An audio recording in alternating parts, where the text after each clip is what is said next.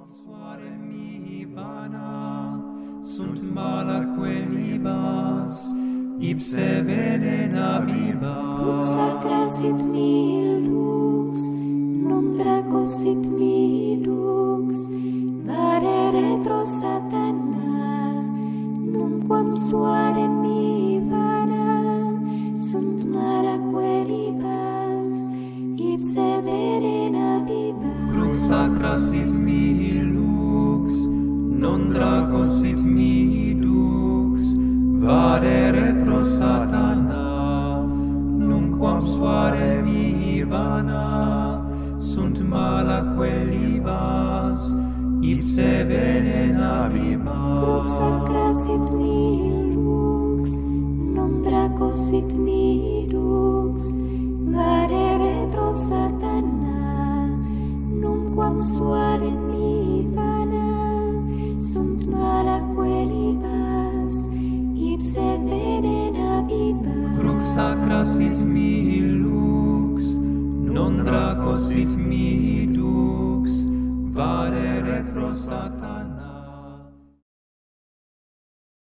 Bueno, seguimos entonces con las clases de demonología que incluye la pastoral de exorcismo para todos los que tengan interés, si algún obispo, sacerdotes, seminaristas en los colegios, en los seminarios, es para todos, para la gente, para los laicos que tienen grupos que ayudan a los sacerdotes en la pastoral de liberación o exorcismos, un poco aportar lo que en años, más de 30 años he podido vivir, con la ayuda y la formación del padre Gabriel Amort durante algunos años, acompañándolo él también en Roma. Bueno, vamos a continuar entonces algunas cositas que nos faltaba, una o dos normas finales, y estamos leyendo las normas introductorias, que es la experiencia de 2000 años de la Iglesia, que trae el ritual anterior, que se utilizó hasta Juan Pablo II, cuando saca el nuevo ritual, y en el nuevo ritual se conserva, se mantienen esas introducciones, porque toda esa experiencia no se tira a la basura, ¿verdad? Eso son cosas que se prolongan y se agregan algunas cositas más, que no, en este caso no se agregó más nada, parece que está como redondeado el asunto.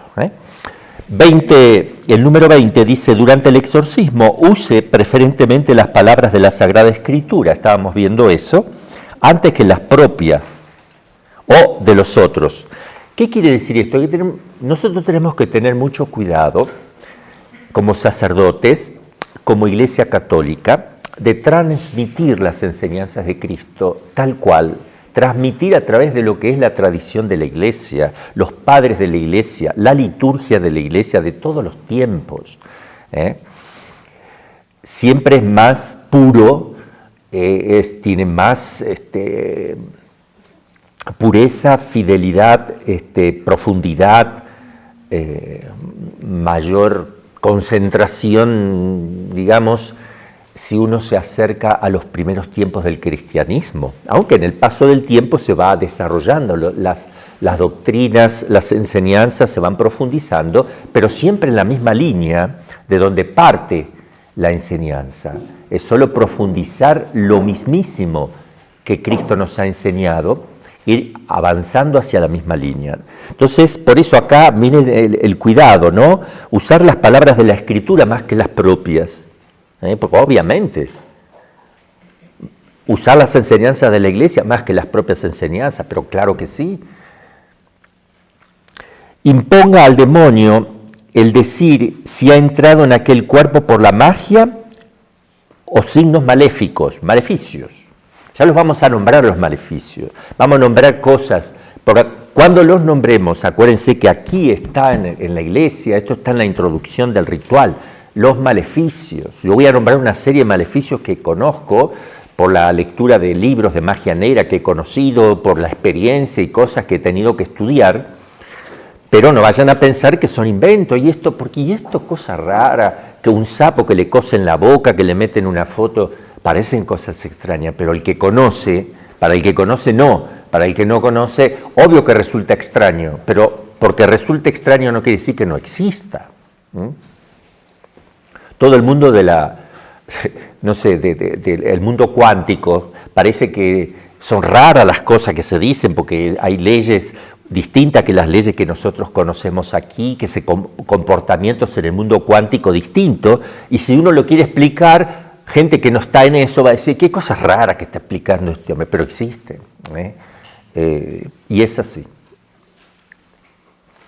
Entonces, imponga al demonio el decir si ha entrado en aquel cuerpo por la magia o signo maléfico, o a cosas maléficas que el poseído ha comido.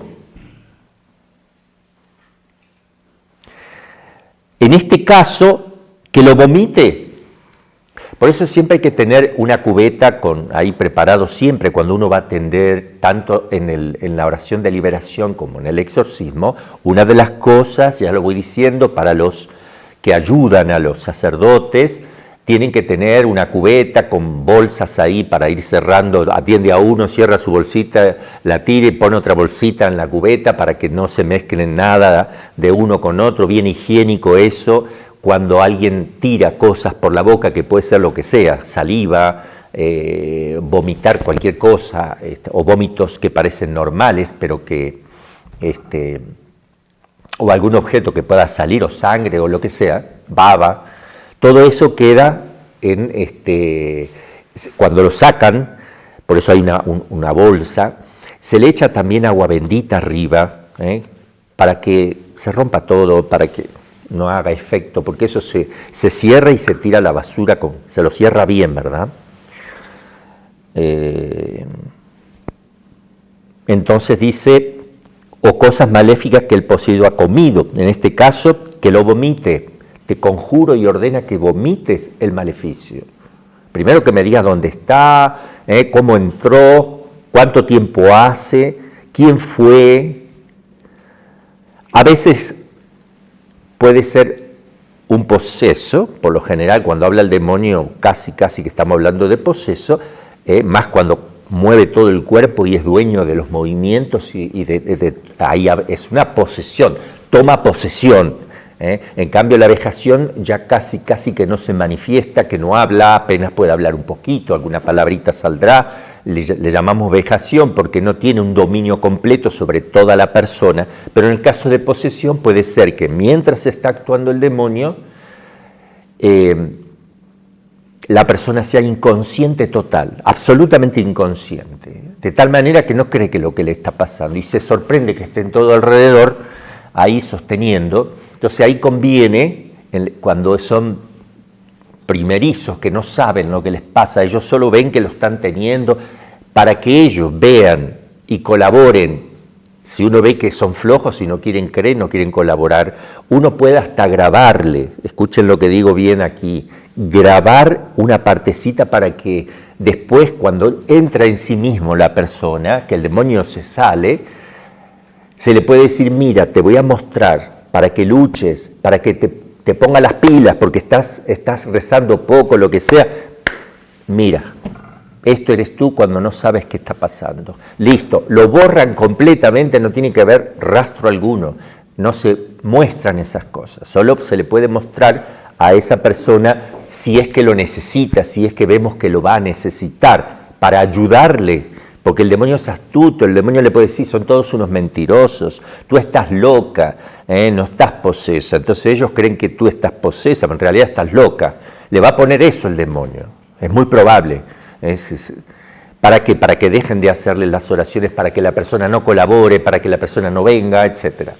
Entonces, en ese caso. Bien, y sigue, ordene que vomite. Si en cambio se ha servido de cosas externas a la persona, que diga dónde están enterrados, por ejemplo, dónde están las cosas que han hecho los maleficios. Y después de haberlas encontrado, quémese. Se las encuentra, se echa agua bendita, se reza. Mientras está escarbando, se va a buscar el maleficio, si es que se puede, si está al alcance. No hay que hacer malabarismos, no hay que romper, repito, todo una habitación, porque dice el demonio que ahí, cuando no había piso, era todo de tierra, antes de construir la casa, abajo a 2 metros, entonces hay que romper toda la casa para poder sacar un maleficio. No, tiene que ser razonable. Si no se puede, se rezará en el lugar, se hará algo, se celebrará la misa, se echará agua bendita en el lugar exacto, pero no se rompe la casa, no se tira todo. A no ser que la casa sea totalmente embrujada, que haya lo que se llama la infestación diabólica, donde se mueven las sillas, donde se abren las puertas, donde en ese caso, donde uno hace un exorcismo a la casa y no pasa nada, y vuelve a hacer otro y no pasa nada, y se ve que hay algo muy fuerte, porque si uno hace un exorcismo a la casa probablemente deje de hacer eso, pero si continúa y continúa, quiere decir que hay cosas muy fuertes, donde hasta en alguna circunstancia podría pedirse que se muden de la casa, se vayan y se compren otra casa, que la derriben o lo que sea, porque obviamente es lo que van a querer hacer, porque ya no se puede vivir ahí. Obviamente que el sentido común va a indicar qué es lo que se tiene que hacer. Entonces pide la Iglesia que se quemen esas cosas. Esos no son todos inventos de sacerdotes, de laicos. Esto es así.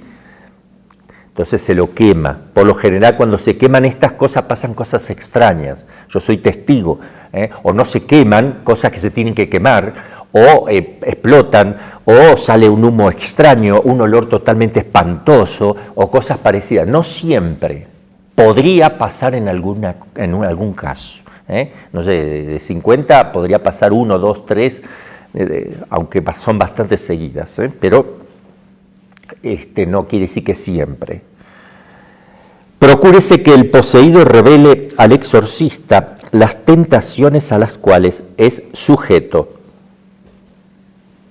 Entonces, es importante que el exorcista o el que va a hacer oración de liberación le pregunte a la persona, dime, ¿qué cosas te pone en tu cabeza el demonio? Dilo todo.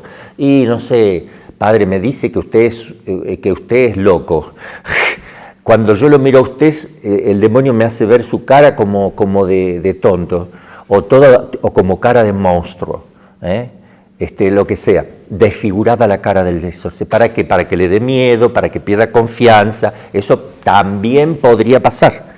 Todo lo que yo les digo, yo lo he vivido, ¿verdad? O lo he conocido de otros exorcistas, pero por lo general me han pasado todas.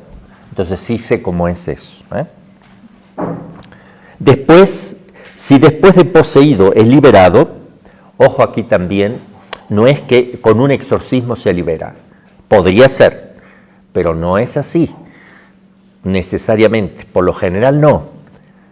Podría ser en algún caso, con un solo exorcismo va, listo. ¿Por qué? Y porque fue hace una semana que le hicieron la cuestión, no lleva mucho, y la persona está muy débil porque la persona tenía mucha vida de oración, era una persona que rápidamente reaccionó en su vida espiritual, o sea, se logró el objetivo por el cual Dios quiso, una conversión, lo que sea.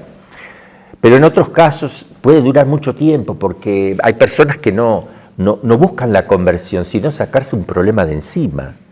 Y ahí hay un serio problema. Cuando la persona, el poseso, quiere sacarse el problema de encima, como cuando va un curandero, paga para que ese día le haga algo y ya esté.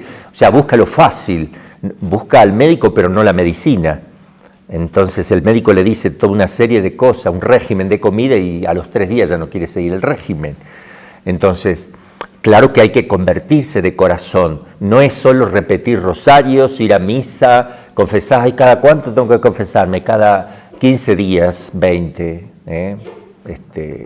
lo más seguido que se pueda, 15 semanalmente si puedes mejor, pero hay que ver si algún sacerdote hoy día te quiere confesar seguido, porque la verdad que también ahí hay un problema. Pero no es solo cumplir cosas, como el joven rico. Señor, desde joven he hecho todo. Cumplí con esto, cumplí con aquello, todo cumplidito. Pero le faltaba la forma, lo formal. Parece que era cumplimientos de cosas. Bueno, a ver, vende todo lo que tiene, dáselo a los pobres y ven, sígueme. Pues si cumples todo, esto es lo más hermoso. Y no. Entonces significa que era un cumplimiento externo, no había un amor, porque si había amor, el amor no retrocede ante el amante, ante la propuesta de la plenitud del amor, se abraza, no retrocede. Entonces es señal de que aquí faltaba el amor. Entonces, cuando viene un caso de estos, tiene que dejarse en claro que no le vamos a hacer oración si primero no entiende, no empieza a trabajar en la vida espiritual con una profunda y sincera conversión. Se le puede hacer una oración inicial para que vean, yo hago así, un discernimiento, a ver, cuando veo que sí, veo que sí es posible que haya algo, hago un discernimiento con una oración de discernimiento, una pequeña fórmula de exorcismo, de oración de liberación, y ahí se ve qué pasa con la persona, se ve si está o no el demonio, que ya lo vamos a ir viendo. Y en ese caso lo hago para que la familia que está con él y la persona misma lo vea. Y si la persona en el momento que está sucediendo pierde la conciencia y no tiene idea qué está pasando, hasta, les digo, yo grabaría la siguiente vez una partecita para que mostrárselo, decir, esta es tu situación.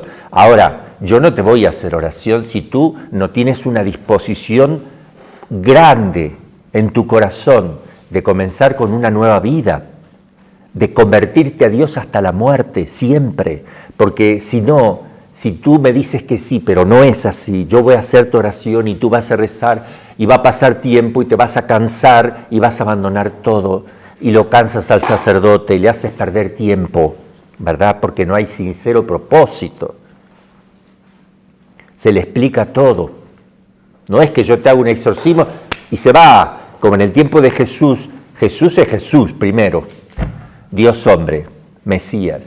Segundo, había llegado la plenitud de los tiempos. Tercero, es la explosión del amor, de la doctrina, y se tenía que probar con signos, la doctrina de Cristo, Dios y hombre. O sea, eso es fulminante. Él tiene el poder de hacerlo, pero siempre exigía la fe. Siempre exigía la fe antes de hacer las cosas. Bien, entonces sí es importante que, vuelvo a repetir, que no hagamos, porque si no las personas que vienen dicen, fuimos con la Iglesia Católica y no pudieron sacar el demonio. ¡Wow! Como si te lo van a sacar a pesar tuyo. No, tú tienes primero que querer que te lo saquen de verdad y tener el deseo de una sincera y profunda conversión. Después le echan la culpa a la Iglesia o el exorcista. No, este no funciona, vamos a buscar otro. El más famoso por internet, a ver en qué encontramos. No es que tienes que buscar el más famoso, porque te lo puede hacer cualquiera que tenga delegación del obispo, porque es la Iglesia. Cuando tiene delegación del obispo como exorcista, es la Iglesia la que exorciza, sea cual sea el sacerdote. Entonces, eso pasa, y van andando de exorcista en exorcista hasta que se cansan, abandonan todo, van a los brujos después, o se quedan con lo que tienen, pensando que eso ya no se arregla, o prefieren así que esforzarse, porque es muy difícil amar de verdad, es muy difícil. Yo con el esquemita que les voy a hacer dentro de poco, les voy a mostrar qué difícil es amar.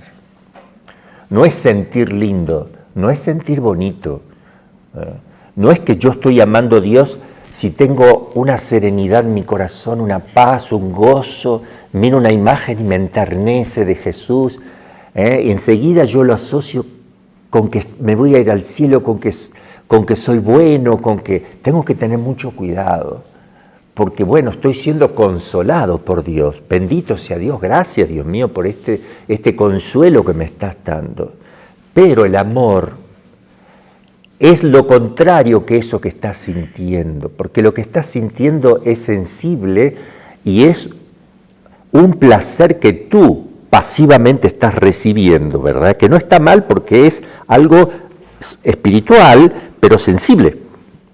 En cambio, cuando tú tienes que dar y te cuesta, tienes que poner amor, dicen, más amor. ¿Qué quiere decir? Morir más a ti mismo para hacer algo bueno, objetivo, sientas o no sientas. Más bien, A veces el amor más auténtico es aquel que menos se siente cuando lo estás haciendo. Es decir, levantarte todos los días a la hora que te tienes que levantar, cumplir fielmente lo que tienes que hacer todos los días sin quejarte. Eso es amor, aunque no sientas nada. Entonces, esto es muy importante para nosotros, pero también para enseñarle a la gente. Es que no siento a Dios. Me siento mal porque no siento a Dios. Estará enojado conmigo. No. Dios no se enoja contigo.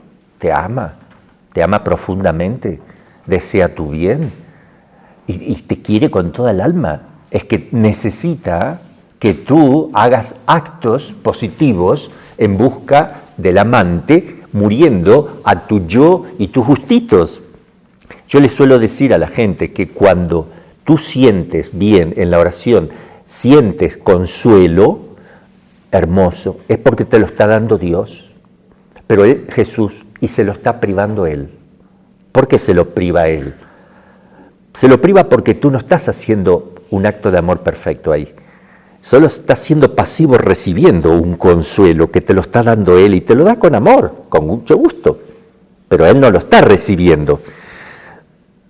Puedes darle gracias, entonces estás recibiendo gratitud.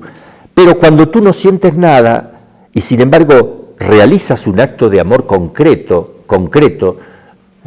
que te cuesta, tienes que hacerlo, entonces lo haces, por ejemplo, estás rezando, no sientes nada, pero sigues con tu oración 1 hora como la tenías pensada. Mientras no estás sintiendo nada y estás haciéndolo, es Jesús que está siendo consolado, porque ve tu amor. Y entonces hay personas que prefieren ser consoladas más que consolar. No solo al prójimo, acá principalmente hasta Dios mismo. Cuando nosotros estamos creados para servir a Dios, amarle y consolarle y reparar también mis pecados y los de los demás. El número 21. Si después el poseído es liberado, amonéstese con cuidado de guardarse del pecado para no ofrecer al demonio la ocasión de retornar. En este caso, su condición podría ser peor aún que la primera de la cual fue liberado. Eso está en la Sagrada Escritura. Lo dice Jesús, que hay que tener cuidado, no sea que venga por segunda vez y sea peor. Pero además aquí hay que tener cuidado. Nunca le diga el exorcista o el que hace oración de liberación, nunca le diga a la persona, quedaste liberado. No le digan así. Es una tentación porque uno quiere, está contento y ve que sí, parece que sí. Dígale, en todo caso, en este momento hay ausencia del maligno. Pareciera, ahora no está, pero pareciera que está mermando. Vamos a ver la siguiente vez. Entonces lo hace venir 15 días después, supongamos, le vuelve a hacer otra oración, no pasó nada. Entonces, vamos bien, sigue con tus oraciones, vamos a probar 1 vez al mes. Después, no pasó nada, hice oración, la persona está contenta, está bien, ya no siente los síntomas. Entonces uno dice, bueno, va bien por ahora, vamos ahora, a los 3 meses regresas, hacemos otra prueba. Va bien, ven dentro de 1 año. Bien, pareciera que se fue. Mantente firme, no cedas. Entonces, porque uno no tiene la varita mágica para saber con total exactitud si va a volver o no, porque puede pasar que sí sea liberado y que pasado un tiempito el Señor le permita que le haga una para probarlo en la fe, para ver cómo reacciona, o porque ve que se está dejando estar y le permite al demonio hacerle alguna travesura, como, que no ve, ya está viniendo, me pongo firme, voy al Padre, mire, me pasó una vez, yo pensé que ya se había ido, como usted me dijo. Entonces, por eso no hay que decir. Entonces, podemos decir simplemente que está ausente de actividad, que pareciera que sí, pero no tenemos la certeza absoluta. Yo he tenido casos donde quedó liberada la persona después de 1 año de mucha lucha, que alguna vez pasaré diapositivas ya falleció la persona, de algunos fenómenos místicos que ha tenido la persona, que se puede ver, muy lindos. Entonces se quedó liberada. Después de 3, 4 meses, cada tanto el demonio la molestaba, le prendía fuego el pelo, teníamos que venir a apagárselo. Algunas cosas aisladas cada tanto solían pasar, pero la persona vivía santamente convertida, entonces ya es distinto. Se cambió la cuestión, sacó una gran ventaja de una persona totalmente ignorante que no quería ni amaba a Dios ni le importaba, a ser una persona fervorosa, entregada, sacrificada. ¡Wow! Ahí está el fruto, ese es el fruto, porque ni siquiera Cristo vino a pasarla bien en este mundo. No podemos pensar que si uno está bien la va a pasar bien, si uno está bien está listo para abrazar la cruz que el Señor ahora le vaya a poner. Le saca una, pero le pondrá otra. Eso también es importante. Siempre habrá cruces que llevar. Te sacarán esta, pero habrá otra. Se morirá algún familiar tuyo, perderás el trabajo, lo que sea. Hay muchas cosas que hay que sobrellevar, porque uno cree que ahora sí, Señor, ahora puedo disfrutar del mundo. No, tienes que seguir abrazando la cruz, que no existe el disfrute en este mundo. En el plan A que Dios hizo, sí, estábamos hechos para la felicidad, inclusive en este mundo, pero el hombre pecó y a partir de ahí se trastocó todo, por tanto el plan A se falló. Ahora el plan B es que no te queda otra que abrazar el sufrimiento. Es el camino de la salvación del hombre y te lo muestra Cristo cuando viene a sufrir sin tener necesidad de hacerlo. Te muestra el camino porque Él es tu causa ejemplar. Él te muestra cómo se tienen que hacer las cosas y lo hace en un caso extremo como es la pasión de Cristo para que tú no te desanimes y no pienses que si te duele una muela ya es demasiado. Entonces cuando superes la pasión de Cristo puedes decirle a Cristo, Señor, podrías haber sufrido tú un poco más que yo, ¿verdad? No, es imposible. A Cristo no lo vas a superar más porque el sufrimiento de Cristo es el sufrimiento de un hombre Dios, o sea, se llega al máximo de todos los sufrimientos, con una sensibilidad exquisita de su naturaleza humana, exquisita sensibilidad de Cristo, en un corazón humano, pero una persona divina, Dios mío, una persona divina que tiene un corazón humano. ¡Wow! ¿Qué es eso? Sí, y tiene sensibilidad humana, cómo trabaja ese yo divino de Cristo, el único yo divino, esa naturaleza humana, hasta la exprime totalmente y sin pecado original, es maravilloso. Entonces el sufrimiento de Cristo supera toda nuestra capacidad de sufrir precisamente porque no tiene pecado original, porque su sensibilidad es exquisita, su inteligencia es maravillosa, su voluntad es poderosísima en el Verbo encarnado, en Cristo el Señor. Bien, entonces esas son recomendaciones, ya más adelante volveremos a dar recomendaciones. El rito para exorcizar a los poseídos, aquí terminamos entonces estas normas, vamos un poco al rito para completar algunas pequeñas cosas. Dice la introducción al ritual, super pelliceo et stola violacia indutus, colocado el sobrepelliz y la estola morada y atado el poseso, si fuera necesario, lo dice la introducción. Aunque hoy día hay que tener cuidado, primero, no atarlo con esposas ni cadenas, ¿ok? Eso de atado hoy día mejor no, porque en el mundo que estamos viviendo, si atas a alguien te ponen preso, porque lo ataste, y no van a entender nada. Entonces nosotros tenemos en eso mucho cuidado, hay que tener cuidado. ¿Cómo se hace? Si la persona está, yo voy a hacer una clase práctica, probablemente la siguiente clase será práctica. Nos vamos, en lugar de tener clase aquí, nos vamos a ir a grabar a donde yo hago mis oraciones para mostrar un poco y ahí mostraremos cómo se hace. Se lo sienta la persona, se la sostiene y si fuera necesario se la acuesta en una cama, se le pone una sábana arriba y con la misma sábana se le envuelve las manos, los pies se le envuelve así como si fuera una momia, entonces no se puede mover. Y uno sostiene los pies con la sábana envuelta, entonces ya está atado. Hay una forma de ponerle la sábana de tal manera que no se puede mover. Listo. Pero ha habido casos donde sí, yo estuve en casos con el padre Amor donde había que ponerle cintas de cuero, como hacen en el manicomio, ¿verdad? En las manos, en los pies y en el pecho, porque la persona hasta ha roto esas cosas y ha roto cadenas. O sea, hay casos raros, no es lo común, no es lo frecuente, pero puede pasar, que no hay que asustarse. Entonces dice que hay que colocarse el sobrepelliz y la estola. Yo no me coloco el sobrepelliz, tengo el hábito, me pongo la estola, porque el sobrepelliz es blanco y el que está acostumbrado a realizar muchos exorcismos uno tras de otro, termina sucio, escupido, cae por el piso, se ensucia todo, bueno. Son casos y casos, pero por lo menos que tenga un hábito. Póngase la sotana, o póngase un hábito, la estola, y si quieren también el sobrepelliz. Pero sepan que van a tener que tener varios para ir cambiando si es que se van a dedicar con frecuencia. Así que tengan varios sobrepelliz preparados. Nosotros tenemos esto que muestro aquí, es fotocopia, la primera que hice, del ritual oficial de la diócesis de San Rafael, Argentina, que me dio el obispo cuando me nombró exorcista.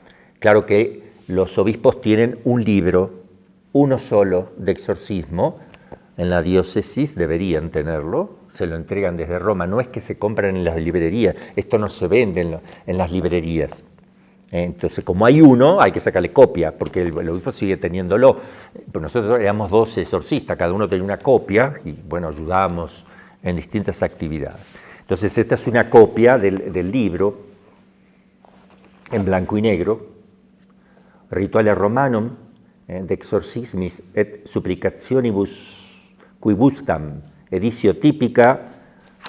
Este es el nuevo ritual que sacó Juan Pablo II con la introducción del cardenal Medina Esteve, prefecto de la Congregación para el Culto y Disciplina de los Sacramentos, del 22 de noviembre de 1998. ¿Cómo comienza? Para que tengamos una idea, están las introducciones que hemos leído, acá una por una, las introducciones. Después, algunas indicaciones también acerca del exorcista.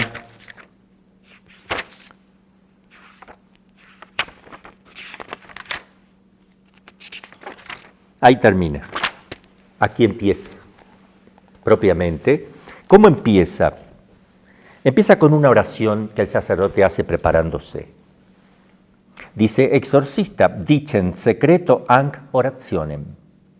Domine Jesu Christi, verbum Dei Patris, Deus universe creature, qui santis apostolis tuis potestatem dedisti, etc. Yo me gusta empezar con un Ave María, porque como, bueno, cuando hago oración de liberación no hago esto, entonces empiezo con un Ave María. Esto lo puede hacer solamente el sacerdote y lo debe hacer exorcista nombrado por el obispo, porque esto es la oración oficial de la Iglesia. Este nuevo ritual es oficial.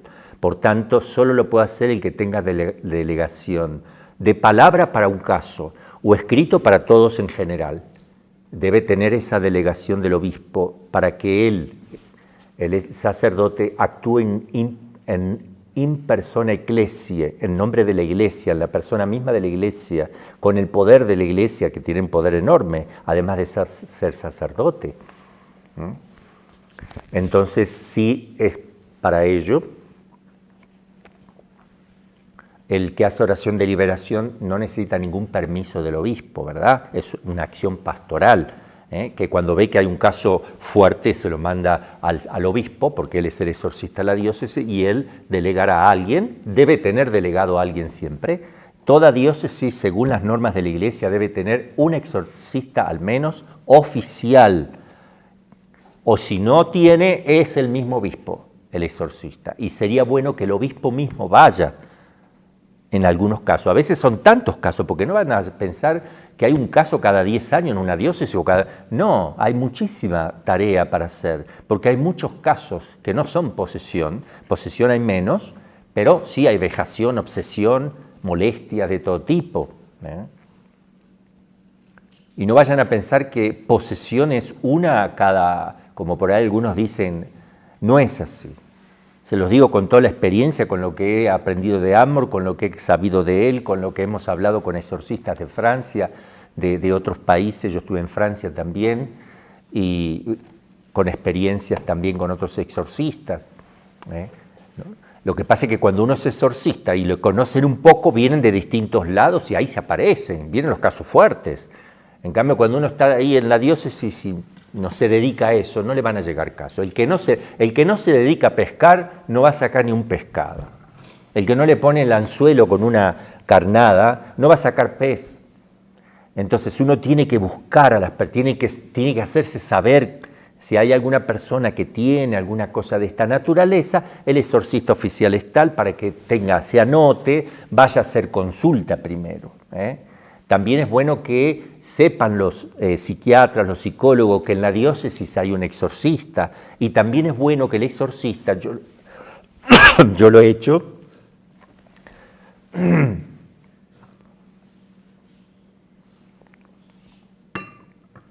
es bueno que el exorcista junte a los psiquiatras, psicólogos católicos y les dé clases de ¿qué?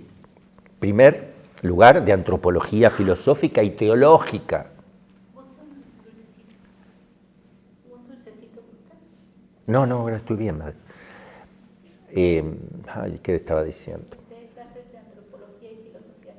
Sí, clases de antropología filosófica, antropología teológica, porque no conocen un poco lo que vamos a hacer aquí si es que llegamos a tiempo, si no, será la otra clase.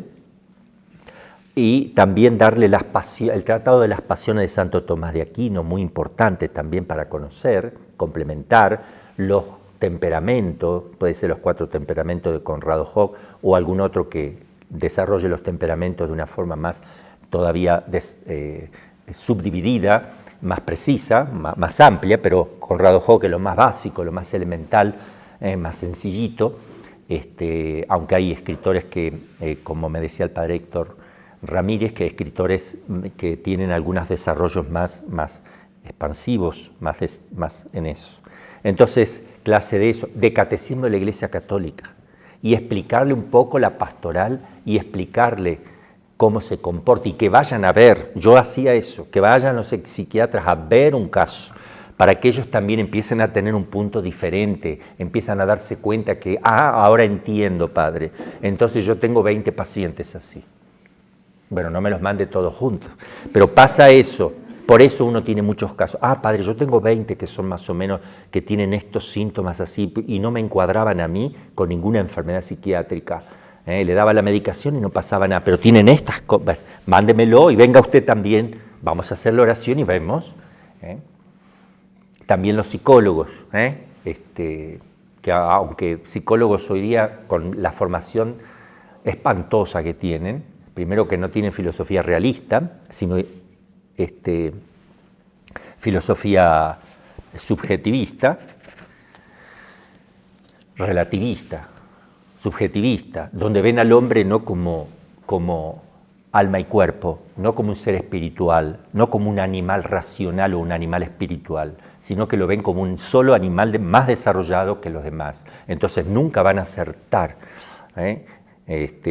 Tratan a las personas como si se manejaran por instintos, más que por la cabeza y la razón. ¿Okay? Entonces sí es importante un conocimiento antropológico correcto.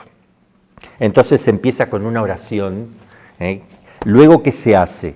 Se hace la bendición del agua, el agua bendita. Aunque si ya lo tiene, no tiene que hacer la bendición, uno ya tiene el agua. Esto es cuando va a empezar, a ver, ¿cómo empiezo? Bendiga el agua. No es que cada exorcismo que va a hacer el sacerdote tiene que bendecir el agua. No, es por si la tiene que bendecir porque no tiene. ¿Ok? Entonces, bendición del agua, 2 fórmulas que tiene. Después, la bendición de la sal. Sí, de la sal, que todo el mundo dice que eso, bendición de la sal. Luego la conmixtio, es decir, mezclar el agua con la sal sin decir nada. ¿Ok? También el aceite se bendice.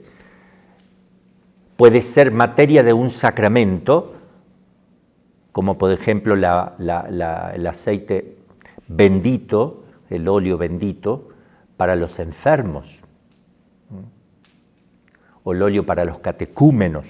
El crisma es consagrado, pero acá el aceite es bendecido no como materia de un sacramento, es bendecido como un sacramental nada más, que se le puede aplicar al enfermito, al poseso en la frente, en las manos, y se puede usar para otras cosas que ya llegará el momento, tal vez, donde yo pueda decir cómo se puede usar el aceitito, la sal, de grano, gruesita, de grano, y cómo se puede utilizar el agua correctamente, pero además otras formas de poder utilizar santamente o con principios realmente cristianos el agua. También lo diré en su debido momento.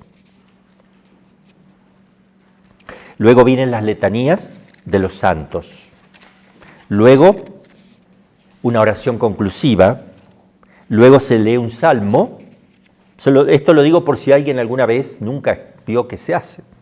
Se lee un salmo con su oración conclusiva que le hace el sacerdote. El salmo se lo puede pasar el sacerdote a un asistente que lea el salmo, pero la oración conclusiva la hace el sacerdote. Luego viene la lectura del Santo Evangelio, obviamente la hace el sacerdote. Luego viene la impositio manum, la imposición de las manos. Esto está indicado por la Iglesia, no es que alguien se dedique a imponer manos. Sí. Esto es un rito para los sacerdotes. ¿Y qué hace? Pone las dos manos sobre la cabeza del poseso.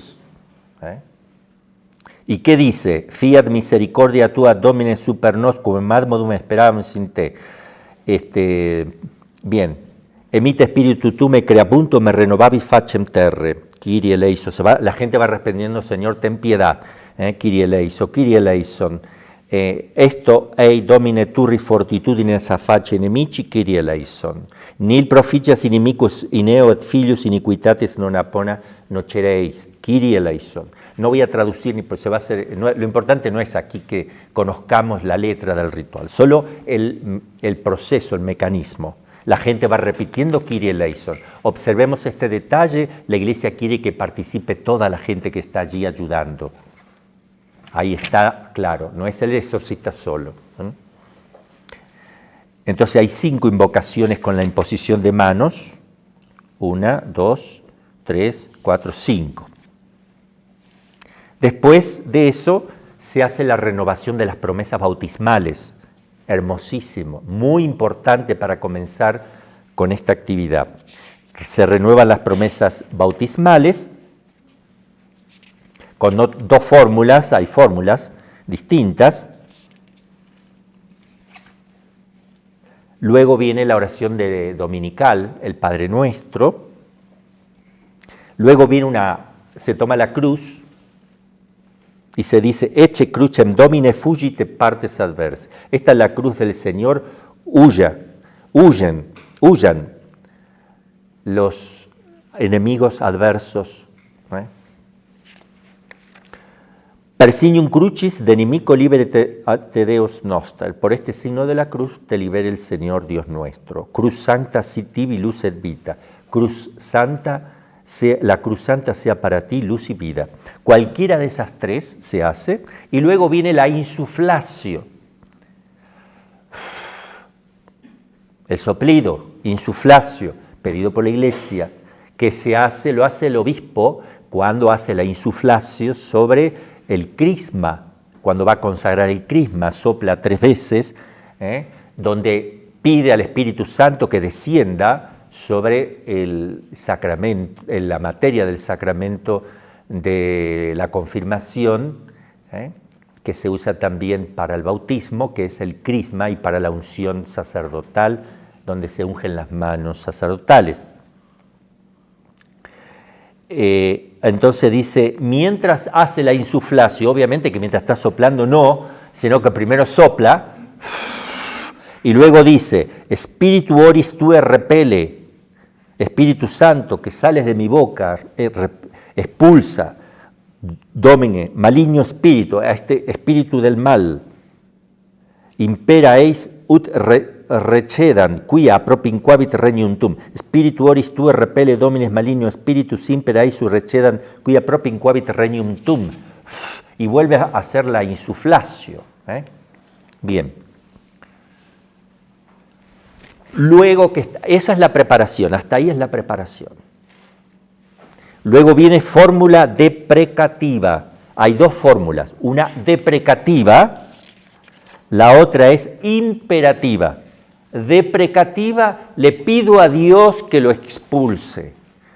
Imperativa, le ordeno, con el poder que la Iglesia me ha dado, se lo ordeno. Directamente. Luego viene la acción de gracias, se reza el Magnificat o el Benedictus. La conclusión, el Señor esté con ustedes, la bendición de Dios Todopoderoso. Esperemos que puedan dar la conclusión, porque a veces todas estas cosas, evidentemente, si uno está ahí 4 o 5 horas y no se va, dejará un grupo de laicos que sigan un poquito, porque el sacerdote tiene que hacer otras cosas hasta que se vaya, obviamente que no va a venir a darle la bendición final, ¿verdad? Entonces, esto está por si la cosa está muy de escritorio, digamos, está todo hecho por si se puede. Pero la práctica te dice que muchas veces estas cositas, vas a rezar el Magnificat, pero la vas a rezar cuando ves que salió. Porque si sigue estando ahí, no se va, no vas a rezar el Magnificat, porque está hecho para dar gracias porque se ha ido o se ha ausentado la presencia, al menos momentáneamente. Después viene otros salmos que pueden, auxiliares que pueden reemplazar al que habíamos leído, otras lecturas y otras oraciones deprecativa e imperativas también, dos fórmulas más de cada una de ellas. Luego, ¿qué pone el ritual? Apéndice dice, pone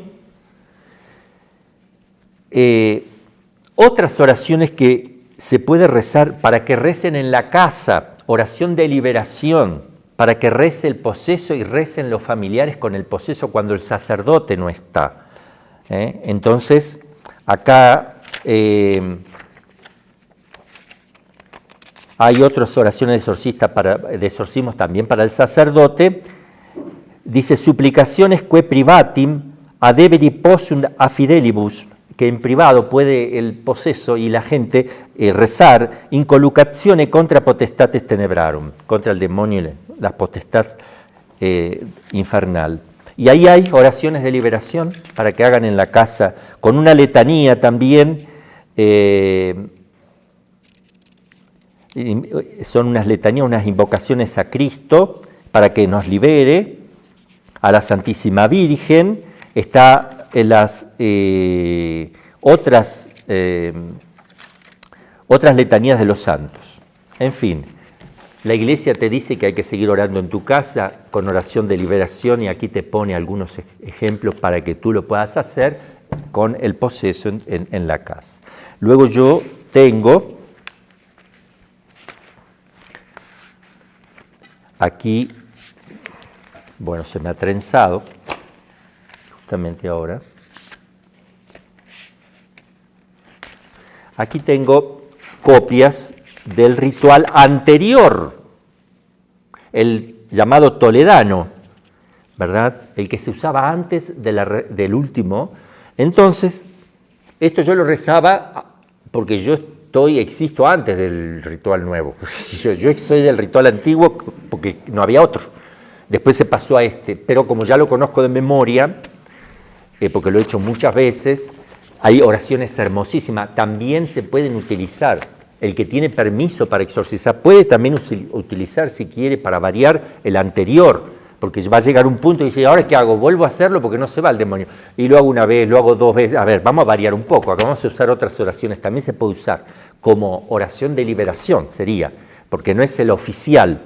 ¿Qué pasa si una persona, un sacerdote, no tiene la delegación oficial del obispo? No debe hacer que es el oficial de la Iglesia en nombre de la Iglesia, porque está haciendo algo que no le compete, pero el anterior, ya no es el oficial de la Iglesia. Entonces, ¿qué puede hacer el que hace oración de liberación? Puede sacar de aquí frases oraciones del anterior, no hay ningún problema, no está haciendo exorcismos sin permiso del obispo, esto se convierte en oración de liberación porque no es el ritual oficial, este es el oficial.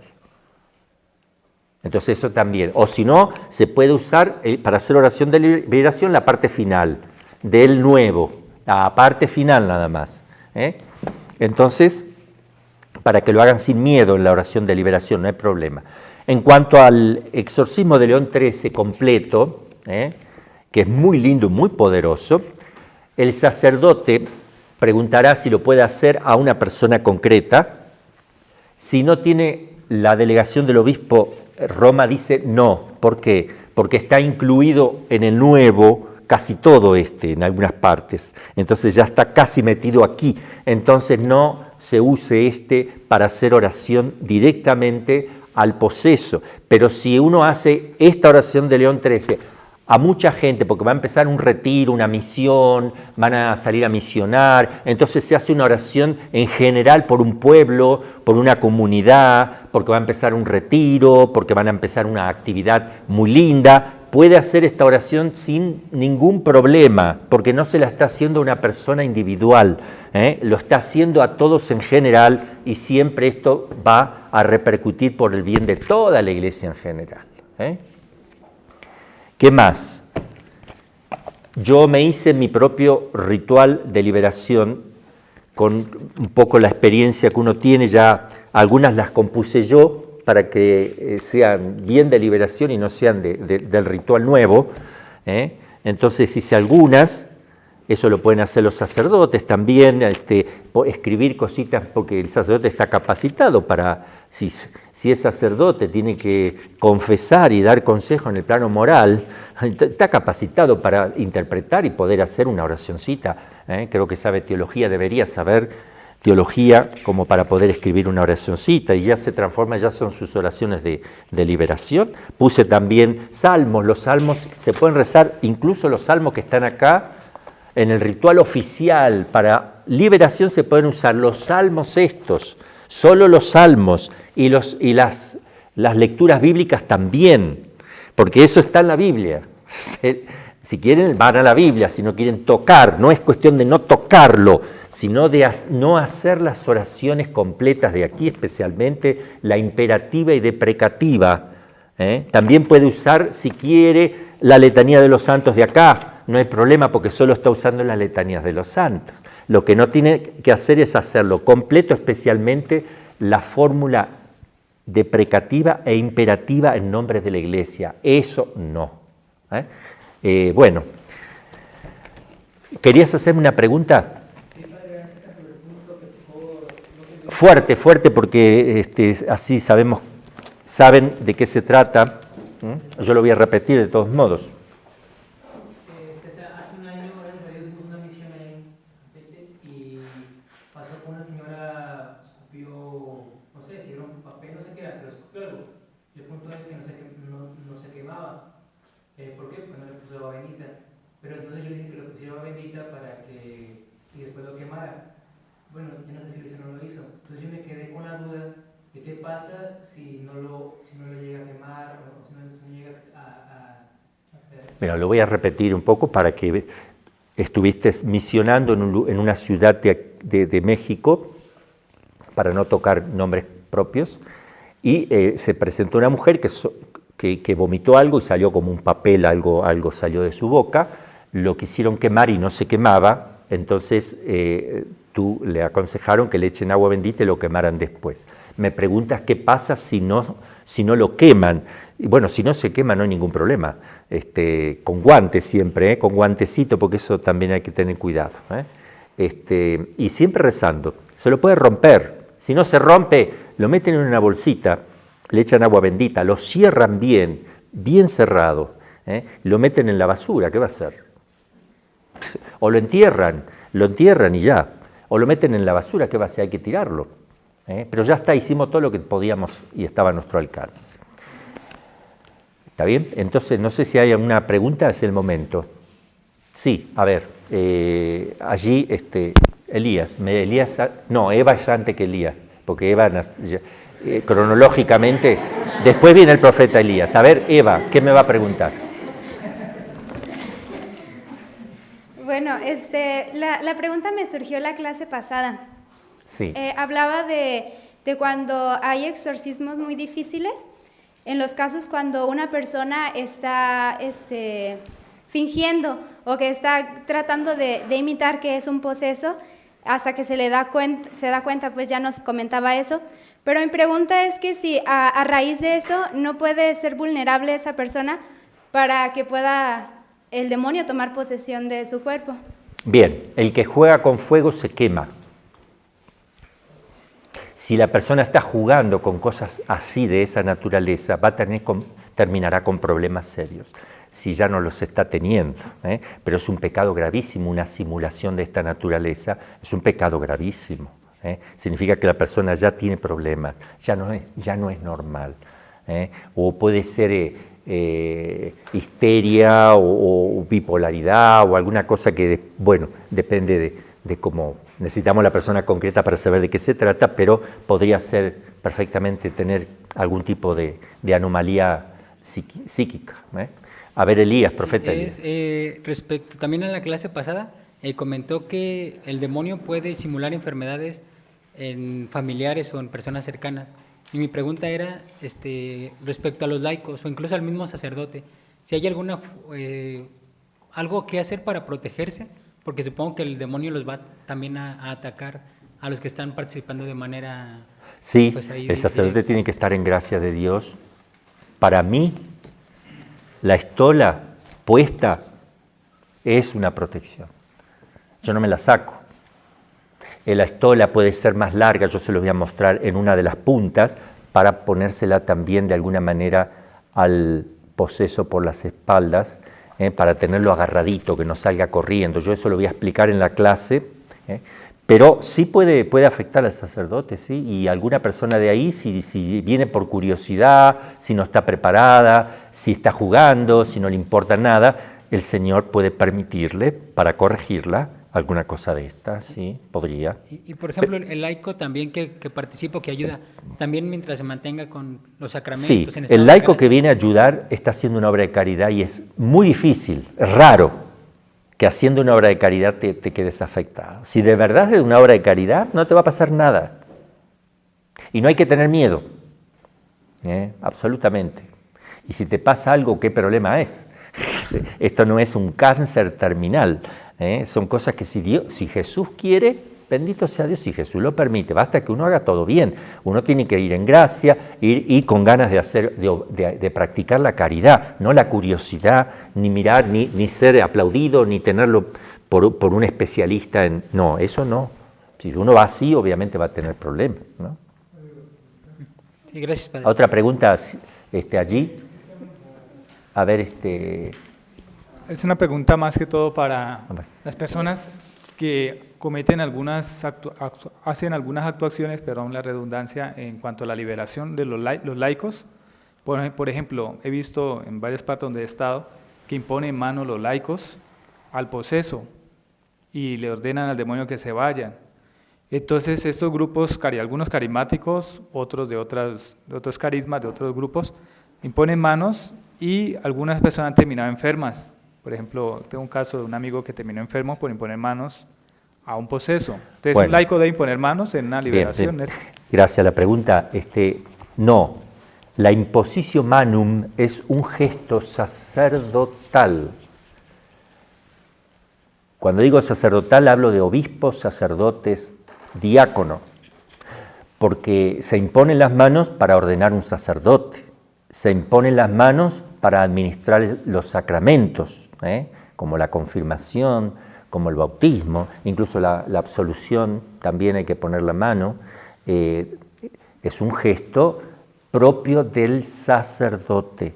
El laico no debe imponer mano porque no tiene potestad jerárquica para hacer eso. ¿Una mamá y un papá pueden ponerle la manito en la cabeza a su hijito? Sí, como papá y como mamá, porque tienen poder natural. Y si están con el sacramento del matrimonio, tienen poder para hacerle la bendición a su hijito. Como papá y como mamá, bendecir a su hijo es bendecido. No es la bendición in persona Christi, Esa es la diferencia. Es la bendición del papá y la mamá, que no tiene el sacerdote. El sacerdote no tiene esa bendición, pero tiene la in persona Christi. Supongamos que el sacerdote bendice el niñito, in persona Christi. El papá también lo bendice, es distinta.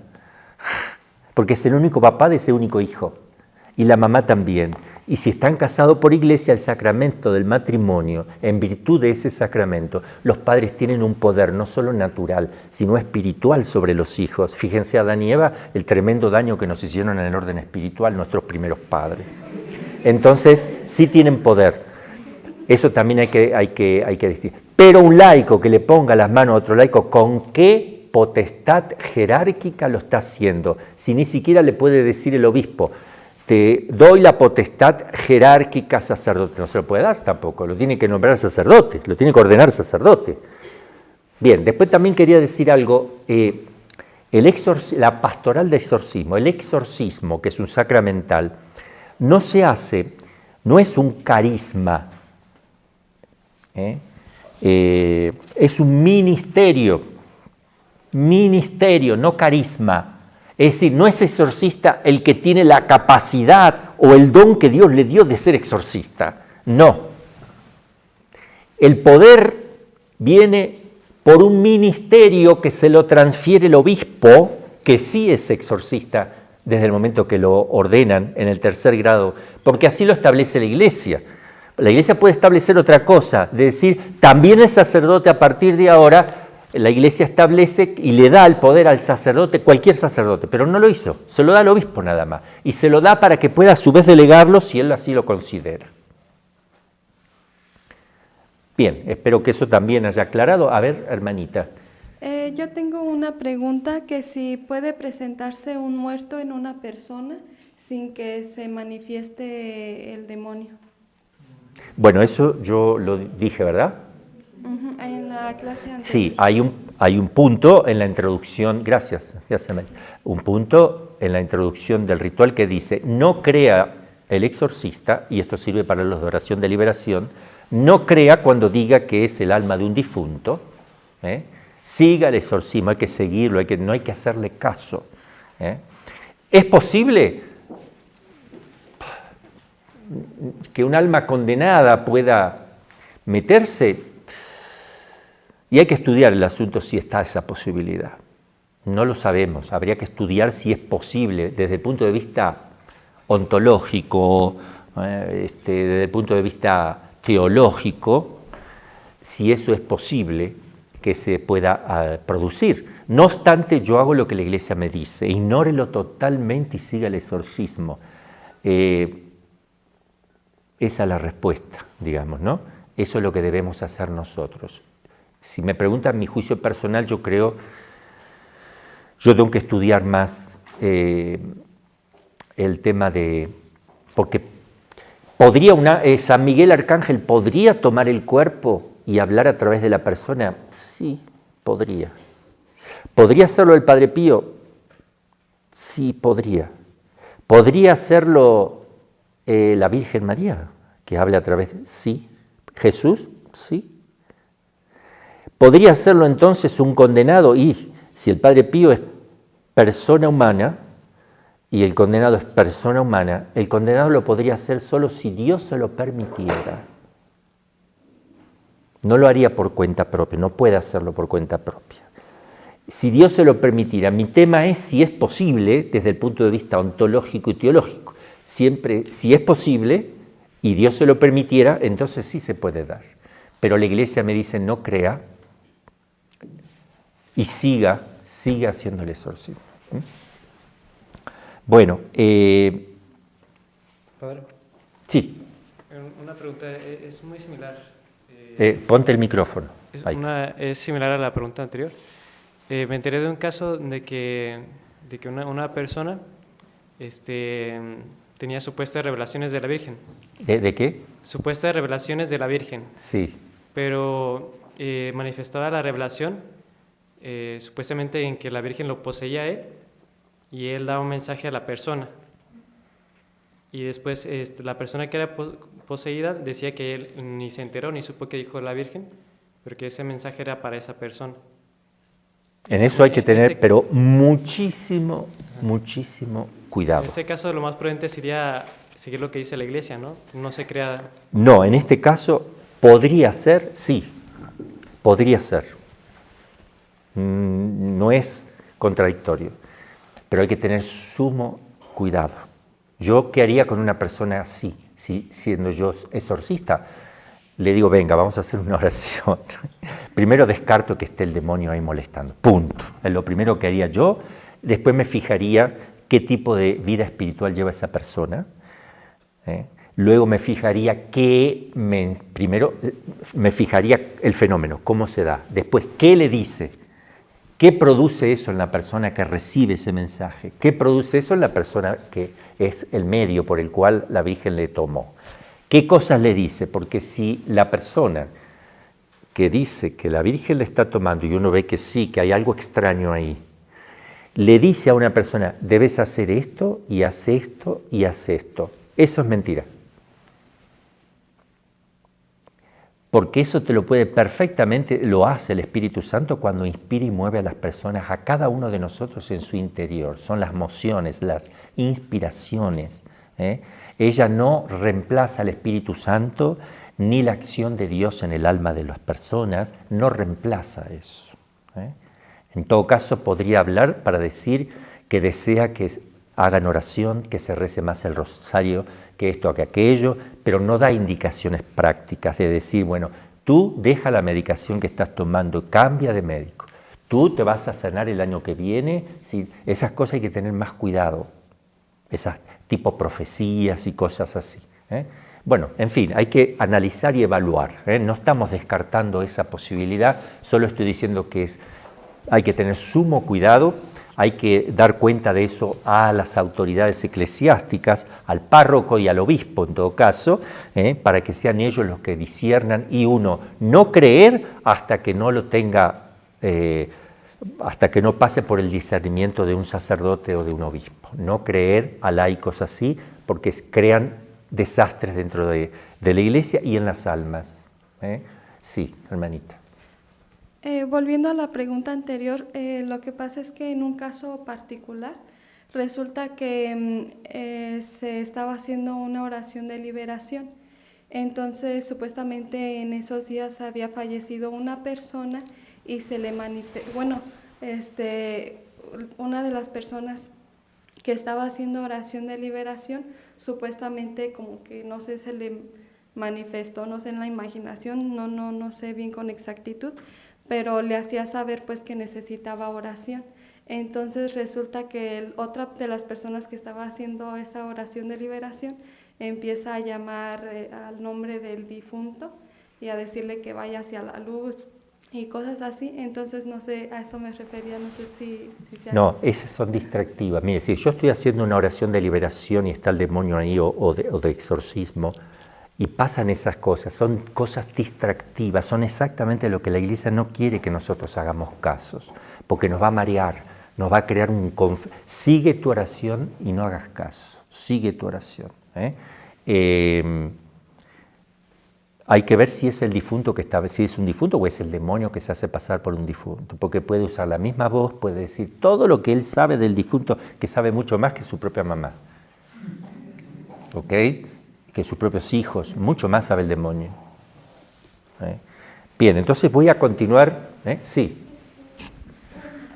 De una vez para aprovechar, en caso de que fueran laicos, que estuviesen haciendo, o sea, ese tipo de oraciones de liberación, ¿en ellos hay algún efecto espiritual, o sea que les afecta espiritualmente al hacer eso? Si los laicos están haciendo eso sin autorización del párroco y del obispo, es temerario, que no conviene, sí, temerario, a no ser que sea su familiar, que sean la mamá, el papá y la familia está rezando por un hijo que está poseso y está haciendo oración de liberación en la casa porque se lo pidió el exorcista, eso no importa, no hay problema.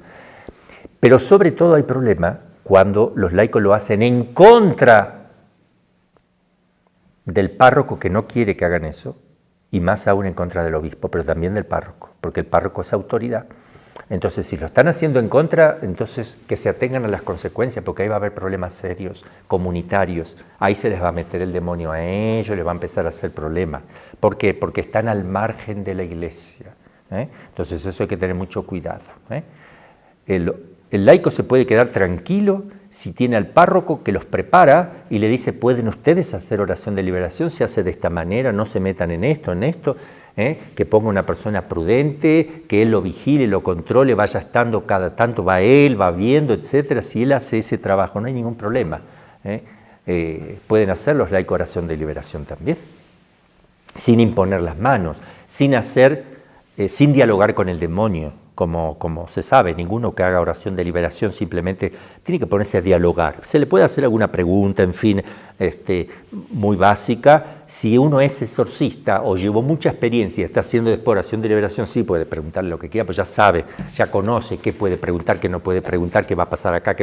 Distinto es una persona que ya tiene experiencia en el tema, entonces puede preguntar lo que crea necesario, que lo va a hacer bien. Bueno.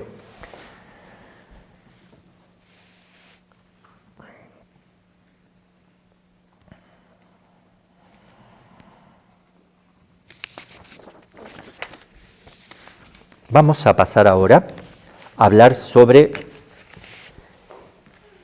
la historia. Primero les voy a dar unas bibliografías para los que me están siguiendo por los medios, bibliografía para estos temas. Les voy a dar alguna bibliografía. Voy a nombrar primero los más conocidos.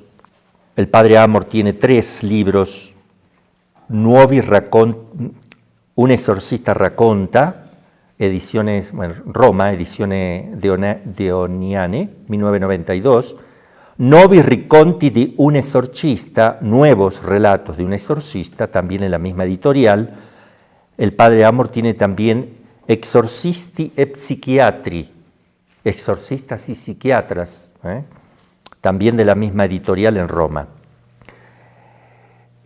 Balducci, un teólogo que tiene muchas cosas muy positivas, tiene Los endemoniados hoy, un tomo, un manual muy grande, muy bueno, se lo puede aprovechar. Editorial Marfil. También tiene La posesión diabólica, publicado en Bogotá, Colombia, 1994. Tiene otro, El diablo existe y se puede reconocer. El diavolo esiste, lo si può riconoscere, en italiano, ediciones PM, también en Bogotá, ediciones Paulinas. Con Balducci hago la aclaración que ya creo que he dicho. Nunca él hizo un exorcista, ni vio un caso. Él lo dice, lo escuché en televisión, en Roma. Él solo es teórico, solo es estudioso, por eso hay que tener cuidado cuando dice cosas prácticas, porque si no tiene experiencia, las cosas prácticas no resultan. Eso primero. Él aconseja ir a brujos. Si uno tiene algo de un brujo, que vaya a otro, que vaya, si uno de magia negra le hizo algo, que vaya a uno de magia blanca que se lo quite. No se puede ir a un brujo, sea blanco, sea negro, el color no diferencia al brujo, porque es un accidente, el accidente no cambia la sustancia, sigue siendo un brujo. Se lo digo porque estoy dando metafísica para los que están presentes. Sigue siendo un brujo. Sea blanco o negro, siempre es una mesa. La misma mesa puede ser de distinto color, uno lo va pintando, siempre. Y después toma a la parapsicología como una ciencia legítima y por ende toma los fenómenos paranormales como ciencia y como científico. Eso también es un gravísimo error, un principio que él pone, del cual va deduciendo un montón de cosas falsas. Entonces, todo lo que esté referido, todo lo que él menciona en cuanto a la parapsicología, a los fenómenos paranormales, todo eso no hay que hacerle caso. Él parte como si la parapsicología fuera una ciencia propiamente dicha. Y ahí es que vinieron muchas confusiones en la iglesia, muchas, porque él es un estudioso serio, sin embargo, en este punto le erró. Por no averiguar, por no cerciorarse en el plano natural, simplemente en el plano natural, que esa ciencia no es ciencia propiamente.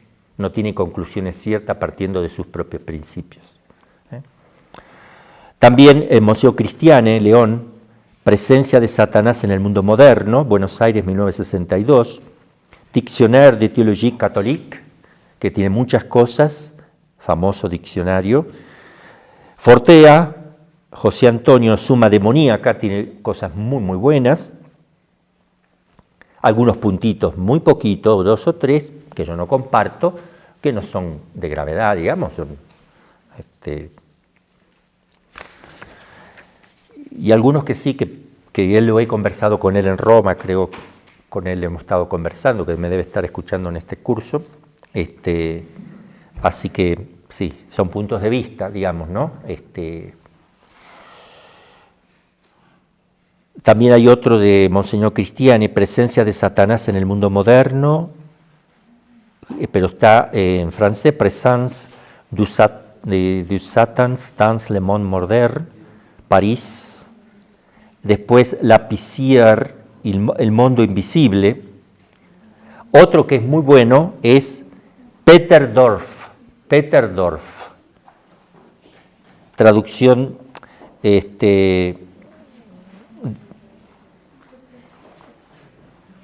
Demonología. Otro de Peter Dorf, Demonología 2, 1 y 2. Salvucci, Raúl, Indicazione pastorali di un esorcista, ancora, 1992. Scola, Angelo, Los ritos satánicos en el juicio de la Iglesia, el Observatorio Romano, 21 de febrero de 1997, un artículo muy interesante. Tom Kedek, Les maladies nervieuses o mental o les manifestations diaboliques, París, 1938. Urrutia, Uldarico, el diablo, su naturaleza, su poder, su intervención en el mundo. Voy a decir otros más rápido. Acosta, Desiderio, el diablo existe. ¿Quién es? ¿Qué hace? ¿Cómo se vence?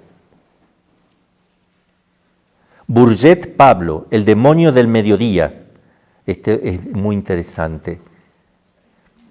Brognolo, Manual de exorcista. Caterinet, Los demonios en el Evangelio. Sinario, el diablo según la enseñanza reciente de la Iglesia. Cuando dice según la enseñanza reciente, no quiere decir que sea distinto de lo anterior, porque si es distinto, a Dios lo reciente. Es lo mismo pero profundizado, es lo mismo pero aportando algo más, ¿verdad? En su profundidad, algún aspecto, alguna consideración. Corté Nicolás, Satanás, el adversario. Ferrari Giuseppe, el fenómeno de satanismo en la sociedad contemporánea. Forget, exorcismo y exorcista. San Juan Pablo II, Los santos ángeles y los demonios, Ediciones Palabra, 1996, se recoge un poco la enseñanza de Juan Pablo II acerca de este tema. Bien, en fin, muchos más que yo cuando les dé apuntes voy a introducir esta bibliografía también como parte. Bien, la próxima vez lamentablemente no llegué a utilizar esta pizarra, pero la próxima vez empiezo con la historia del exorcismo rápido, muy breve, tal vez en 2 clases lo veamos, pero el esquema que vamos a hacer aquí sí es muy importante para que entendamos, porque es oportuno hablarlo allí. Magnifica anima mea Dominum, et exulta in spiritus meus, in Deo salutari meo, quia respexit humilitatem mansile sue, ex ex hoc beata medicens